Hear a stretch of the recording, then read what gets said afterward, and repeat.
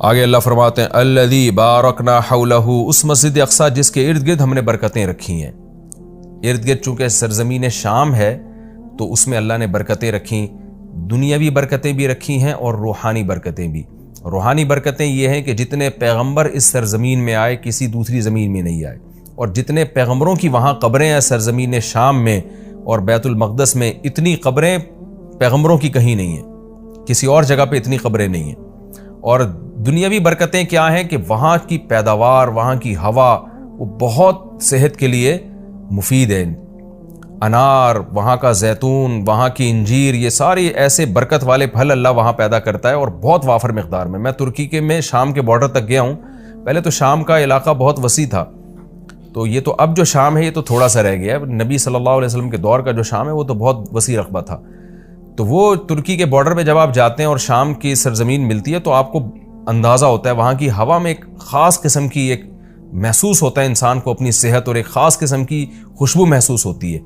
اور زیتون بہت کثرت سے پیدا ہوتا ہے، انجیر بہت کثرت سے پیدا ہوتا ہے، انار بہت کثرت سے پیدا ہوتا ہے۔ وہاں کے لوگوں کی صحتیں، ان کے چہروں کی فریشنس وہ صاف بتا رہی ہوتی ہے کہ اللہ نے زمین میں جسمانی برکتیں بھی بہت زیادہ رکھی ہیں۔ اور علماء نے لکھا ہے کہ اللہ نے جب یہ بتایا نا کہ مسجد اقصی کے ارد گرد برکتیں، تو اس سے خود بخود یہ ثابت ہوتا ہے کہ جس مسجد کے مبارک ہونے کی وجہ سے اس کے ارد گرد اتنی برکتیں ہیں تو خود اس مسجد میں کتنی برکتیں ہوں گی۔ تو وہ مسجد بہت زیادہ برکت والی ہے۔ تبھی حدیث میں آتا ہے کہ جو مسجد حرام میں نماز پڑھتا ہے اسے 1,00,000 نمازوں کا ثواب ملتا ہے، اور جو مسجد اقصی اور مسجد نبوی میں نماز پڑھتا ہے اسے 1,000، اور بعض روایات میں آتا ہے مسجد اقصی میں 50,000 اور مسجد نبوی میں 1,000۔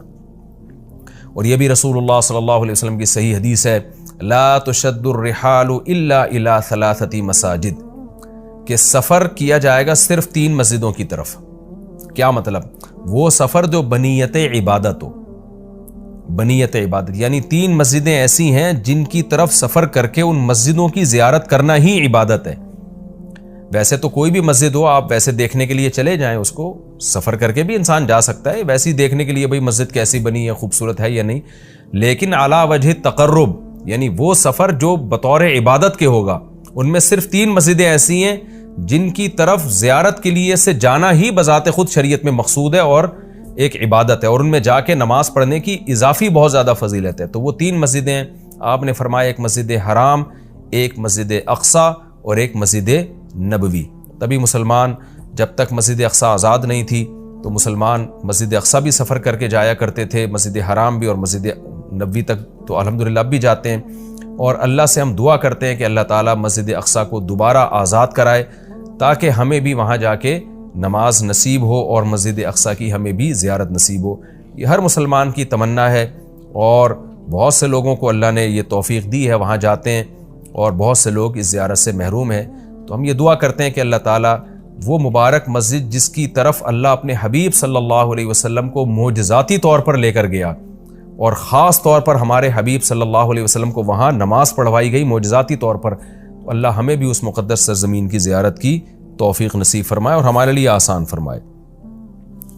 آگے اللہ فرماتے ہیں لِنُرِيَهُ مِنْ آیَاتِنَا، ہم نے یہ سفر اس لیے کرایا تاکہ ہم محمد صلی اللہ علیہ وسلم کو اپنی نشانیوں میں سے کچھ نشانیاں دکھائیں۔ وہ نشانیاں یہی ہیں کہ جو معراج کی رات آپ کو دکھائی گئیں، پیغمبروں کی زیارت کروائی گئی، جنت جہنم دکھائی گئی، تو یہ ساری بڑی بڑی نشانیاں تھیں۔ خود معراج خود ایک بڑی نشانی ہے۔ إِنَّهُ هُوَ السَّمِيعُ الْبَصِيرُ، اللہ تعالیٰ خوب سننے والا اور دیکھنے والا ہے۔ یعنی انسان تو محتاج ہے کہ جب تک اسے سنایا نہ جائے وہ سن نہیں سکتا، دکھایا نہ جائے وہ دیکھ نہیں سکتا۔ تو پیغمبر صلی اللہ علیہ وسلم بھی خود سے نشانیاں نہیں دیکھ سکتے، اللہ نے دکھائیں، اللہ نے سنائی، لیکن اللہ وہ ذات ہے جو سمیع بھی ہے اور بصیر بھی، اسے وہ ہر وقت ہر چیز کو دیکھ بھی رہا ہے اور ہر وقت ہر چیز کو سن بھی رہا ہے۔ آگے اللہ تعالیٰ ارشاد فرماتے ہیں وَآتَيْنَا مُوسَى الْكِتَابَ، یہ پیغمبروں کا سلسلہ نیا نہیں ہے، پرانا ہے۔ ہم نے محمد صلی اللہ علیہ وسلم کو جیسے کتاب دی ہے اور محمد صلی اللہ علیہ وسلم کو نشانیاں دکھا رہے ہیں، تو آپ سے پہلے موسیٰ علیہ السلام کو بھی ہم کتاب دے چکے ہیں۔ اور بیت المقدس کا تذکرہ ہے نا، تو یہودی بیت المقدس پہ ہمیشہ سے دعویٰ کرتے رہے کہ بیت المقدس تو ہمارا ہے اور اس میں تو ہمارے پیغمبر مدفون ہیں۔ تو اس کا بھی اللہ جواب دے رہے ہیں کہ ہم نے اہل یہودیوں کو کتاب دی تھی، مگر انہوں نے کتاب کا حشر کیا، تو آگے پورے رکوع میں اسی کی تفصیل ہے کہ کس طرح انہوں نے خدا کی نافرمانی کی ہے، جس کے نتیجے میں اللہ نے ان سے یہ خلافت چھینی ہے اور بیت المقدس ان سے چھینا گیا ہے، تو اسی کا تذکرہ ہے۔ وَآتَيْنَا مُوسَى الْكِتَابَ، ہم نے موسیٰ کو کتاب دی، وَجَعَلْنَاهُ هُدًى، اور ہم نے ہدایت بنایا تھا اس کتاب کو، لِبَنِي اسرائیل، بنی اسرائیل کے لیے، اللہ تتخذوا من دونی وکیلا، اور ان سے کہا تھا میرے سوا کسی کو کارساز نہ بنانا، اللہ ہی سے دوستی لگانا، اللہ ہی کو اپنا وکیل یعنی کارساز سمجھنا کہ اللہ ہی تمہارے کام بنائے گا بگاڑے گا، لہذا اللہ ہی سے بنا کے رکھنا ہے۔ وکیل کہتے ہیں جو آپ کے کام بنانے والا ہوتا ہے۔ تو جب اللہ پہ اعتماد اور توکل کرو گے، اللہ ہی کو کارساز سمجھو گے، تو پھر ظاہر ہے اس کی اطاعت بھی کرو گے نا، مگر یہودیوں نے ایسا نہیں کیا۔ آگے اللہ خطاب کرتے ہیں ذریۃ من حملنا مع نوح، اے وہ لوگو جن کو ہم نے نوح کے ساتھ سوار کیا تھا، اے ان کی ذریت، یعنی اللہ تعالیٰ ہم سب سے، پوری انسانیت سے خطاب کر رہے ہیں کہ تم وہ لوگ ہو جن کو ہم نے نوح کے ساتھ کشتی میں سوار کیا تھا، ان کی اولادیں ہو تم۔ نوح علیہ السلام کے ساتھ کشتی میں بہت سے لوگ سوار ہوئے تھے، ان میں نوح علیہ السلام کے 3 بیٹے بھی تھے، حام، سام اور یافس، جن کا نام بیان کیا جاتا ہے۔ تو باقی ساری نسل انسانیت کی انہی 3 بیٹوں سے چلی ہے۔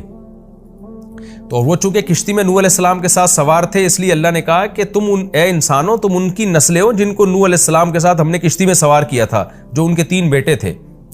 تو گویا اللہ کا بہت بڑا احسان ہے کہ تمہارے جو باپ دادے تھے نا، نوح علیہ السلام اور ان کے 3 بیٹے، وہ تو شکر گزار بندے تھے، جن کے شکر گزاری کی وجہ سے پوری انسانیت کو تباہ کر کے ہم نے چند لوگوں کو کشتی میں سوار کیا تھا، آگے تم انہی کی نسلیں ہو۔ اگر وہ شکر گزار نہ ہوتے تو تمہیں بھی زندگی اور حیات نہ ملتی، اس لیے آگے فرمایا انہ کان عبدا شکورا، نوح تو اللہ کے شکر گزار بندے تھے، تو تم انہی کی اولاد ہو جن کو ہم نے کشتی میں سوار کیا۔ تو گویا کشتی میں سوار کرنے والوں پر بھی ہم نے احسان کیا اور تم پر بھی ہم نے احسان کیا، کیونکہ اگر ان کو ہم کشتی میں سوار نہ کرتے اور طوفان میں غرق کر دیتے تو تم بھی پیدا نہ ہوتے۔ تو اللہ تعالیٰ ہمیں ترغیب دے رہے ہیں کہ تمہارے باپ شکر گزار تھے، جن کی وجہ سے ان کو اور ان کے بیٹوں کو میں نے کشتی میں سوار کر کے بچایا، تو انہی کی وجہ سے میں نے تمہیں بھی بچایا۔ تو اے ان لوگوں کی ذریت، اے ان لوگوں کی نسلوں جن کو میں نے نوح کے ساتھ کشتی میں سوار کیا تھا، نوح شکر گزار آدمی تھے۔ تو کیا مطلب؟ تم بھی میری ان آیات کو غور سے سنو اور تم بھی شکر گزار بنو۔ تو آگے نیا مضمون شروع ہو رہا ہے، وَقَضَيْنَا إِلَىٰ بَنِي إِسْرَائِيلَ فِي الْكِتَابِ لَتُفْسِدُنَّ فِي الْأَرْضِ مَرَّتَيْنِ۔ اس میں نیا مضمون ہے کہ ہم نے بنی اسرائیل کو بتا دیا تھا کہ تم زمین میں فساد مچاؤ گے، تم ناشکری کرو گے، جس کی وجہ سے تم پر اللہ کے عذاب آئیں گے۔ تو بنی اسرائیل نے ان باتوں پر عمل نہیں کیا جس کی وجہ سے ان پر قوم مسلط ہو کر ان کو عذاب چکاتی رہی۔